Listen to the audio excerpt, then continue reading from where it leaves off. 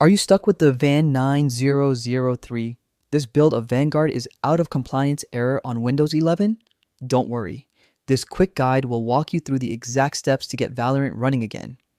Before we begin, make sure Valorant and Riot Vanguard are completely closed.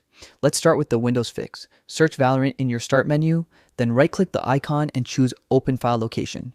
In the folder that opens, right-click Valorant, then click Open File Location again. Now you should see Riot Client Services.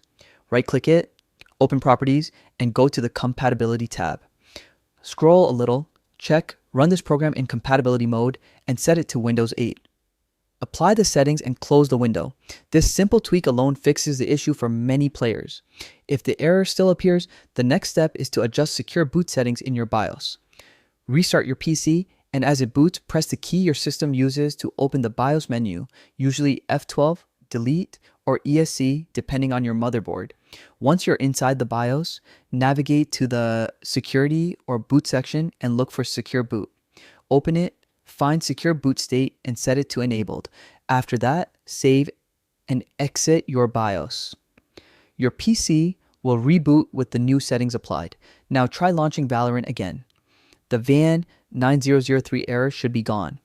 If the message still pops up, drop a comment and I'll help you troubleshoot further.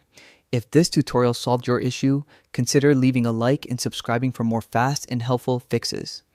Feel free to check out the videos on screen for boosting your PC performance and solving common internet problems.